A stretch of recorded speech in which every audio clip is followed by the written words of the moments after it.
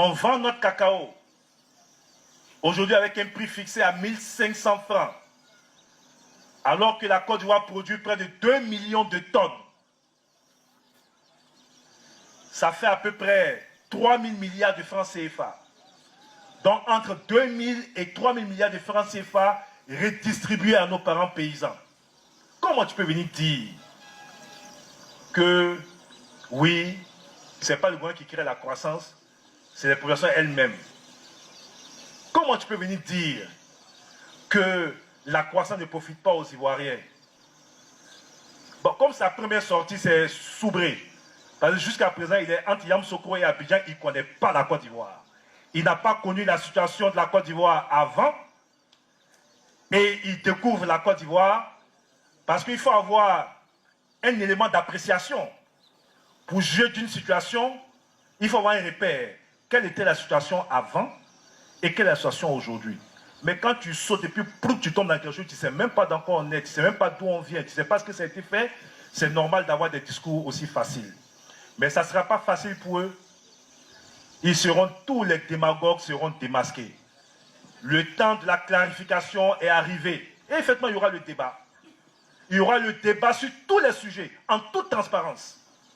Les manipulations ne passeront plus.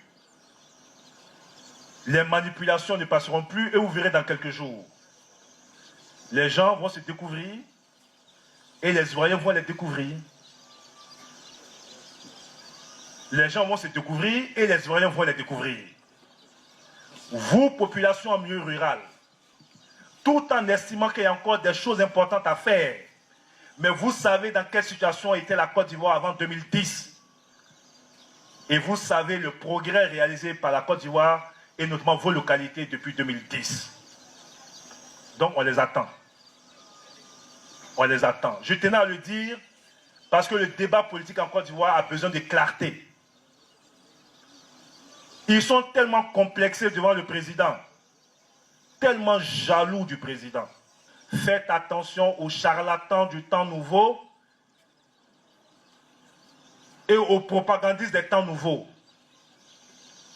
Derrière le manteau d'expert international se cache en réalité de la manipulation et de la mauvaise foi. Je n'en dirai pas plus. Ça ne fait que commencer. Je n'en dirai pas plus. Parce qu'on a encore beaucoup à dire. Faites confiance au président Alassane Ouattara. Faites confiance au RHDP. Faites vous-même confiance. Nous allons gagner.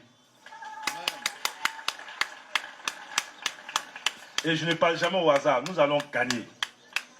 Parce que je ne vois pas, honnêtement, je ne vois pas comment ils vont faire. Je ne vois pas. La politique fiction, ça n'a jamais payé.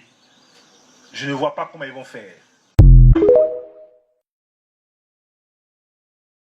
Et Clara, je vais aussi parler de Tchakadjian, parce qu'on ne va pas le louper, et dire que Tidjane Thiam, il a été absent du pays pendant plus de 20 ans. Et il vient comme ça au PDCI, il prend la tête du PDCI, il débarque comme un cheveu dans la soupe et on fait de lui le président du PDCI. Et aujourd'hui, c'est lui, Tidjane Thiam, qui pense qu'il doit sillonner la Côte d'Ivoire pour critiquer les actions du président Ouattara. Eh bien, on le voit bien parce que l'opposition, ce qu'elle sait faire, c'est critiquer sans jamais proposer de solution, sans jamais rien proposer. Parce que Tidjane Thiam nous dit qu'il veut tout changer. Ah bon? Il veut tout changer. Eh bien, nous, on l'attend qu'il nous propose ce qu'il a dans sa besace. Parce que on estime que pour quelqu'un qui a été absent du champ politique, du paysage politique pendant plus de 20 ans, on ne voit pas ce qu'il pourrait venir nous proposer. Parce que c'est comme quand un homme quitte le domicile conjugal on peut prononcer le divorce pour rupture prolongée de la vie commune. Donc nous, Tidjane Thiam, on dit qu'il a été, il a été absent du pays et donc c'est considéré comme une rupture prolongée de la Côte d'Ivoire. Donc nous, on pense qu'il ne fera pas un bon président. Déjà, il n'a pas le charisme nécessaire et c'est un opportuniste, c'est un populiste, on le répète. parce qu'il est en train de vendre du rêve aux Ivoiriens qui n'ont rien compris, qui n'étaient pas là, ou du moins qui sont nés au moment où Tidiane Thiam était en train de sillonner l'Europe. Donc il revient comme ça en pensant qu'il a une offre politique pour la jeunesse. Mais au fond, c'est du pipeau. Donc Tidiane Thiam, tu vas rien nous apporter. Donc nous, et puis vous l'avez dit, éclaireur, il est en train de surfer sur le tribalisme. Et donc nous disons que ça ne va pas passer. Parce que aujourd'hui, les Ivoiriens ne votent plus sur des bases ethniques. On vote plutôt selon des convictions, selon un projet qui peut au moins satisfaire les Ivoiriens, convaincre les Ivoiriens. Et c'est de ça qu'il s'agit. Et non celui qui va venir au pupitre pour endormir les Ivoiriens. Donc voilà ce que je voulais dire par rapport à Thiam. Cet homme politique, il oublie qu'il y a un haut responsable de son parti qui en son temps a dit « Alassane Ouattara travaille tellement bien que nous, on va mourir dans l'opposition. » Donc, si ce haut responsable de son parti l'a dit, ça veut dire que les actions du président Alassane Ouattara portent leurs fruits. Et le fruit, c'est pour ça que nous sommes là, pour dire merci à notre président. Il a aussi dit que dans la région de l'Anawa, le barrage de Bio a été construit en 1980 sous le président Houphouët-Boigny. Il a aussi dit que le barrage de Soubré a été inauguré en 2017. Donc c'est le président Alassane Ouattara qui était président.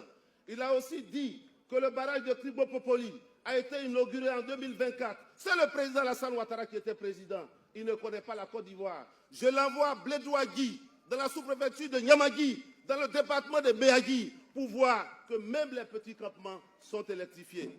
Je voudrais simplement lui dire que le SMIC en 2011 était de 33 000 francs CFA. Aujourd'hui, grâce au président Alassane Ouattara, le SMIC en Côte d'Ivoire est de plus de 75 000 francs CFA. Je voudrais lui dire qu'en 2011, la masse salariale des fonctionnaires était d'environ 700 milliards de francs CFA. Aujourd'hui, la masse salariale des fonctionnaires est plus de 2300 milliards de francs CFA. Donc, en 13 ans, le président Alassane Ouattara a multiplié le salaire des Ivoiriens par 3. C'est de ça qu'il s'agit. Lorsqu'on ne connaît pas le pays, lorsqu'on a été longtemps loin du pays, on ne vient pas raconter des choses qui ne sont pas exactes. Arrêtons de plaisanter avec le président Alassane Ouattara. Arrêtons de plaisanter avec le président Alassane Ouattara. Il travaille pour ce pays. Alassane Ouattara travaille pour ce pays. Et nous sommes fiers d'être avec lui. C'est ce message que je voudrais porter. Alors on dit ceci. Ado, ado, ado, ado.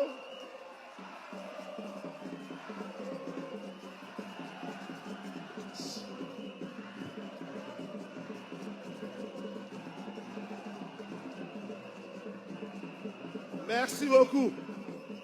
Merci beaucoup. Merci beaucoup. Merci beaucoup. Cet homme politique, s'il vous plaît, laissez-moi parler. Laissez-moi parler. Il a dit ceci. Il y a 193 pays dans le monde que la Côte d'Ivoire est 160e dans l'indice de développement humain. Nous, on ne fait rien avec ça. Les Ivoiriens, nous qui sommes là, nous savons que nous nous sentons bien.